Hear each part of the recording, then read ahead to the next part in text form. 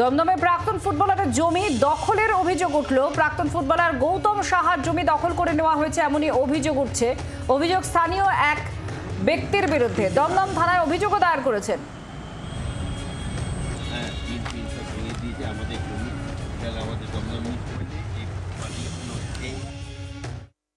আমরা তো খুব আতঙ্কের মধ্যে আছি, আর বারবার করে দখল করার জন্য ভেঙে ভেঙে ঢুকে যাচ্ছে।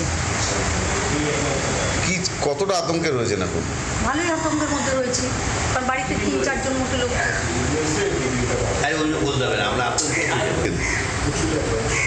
জমিটা তো বাঁচাতে চাইছি না, ওরকম করে লোক ঢুকে যাচ্ছে, উল্টো পাল্টা লোক। আজকে আমরা 56-58 কেনা হয়েছে জমি, আর তখন তো আমি মোটামুটি বড়, এখন তো আমার অনেক বয়স হয়েছে না।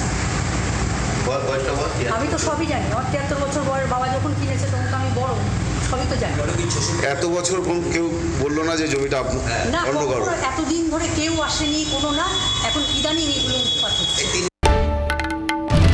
বাংলার আওয়াজ, বাঙালির আবেগ, জি 24 ঘন্টা।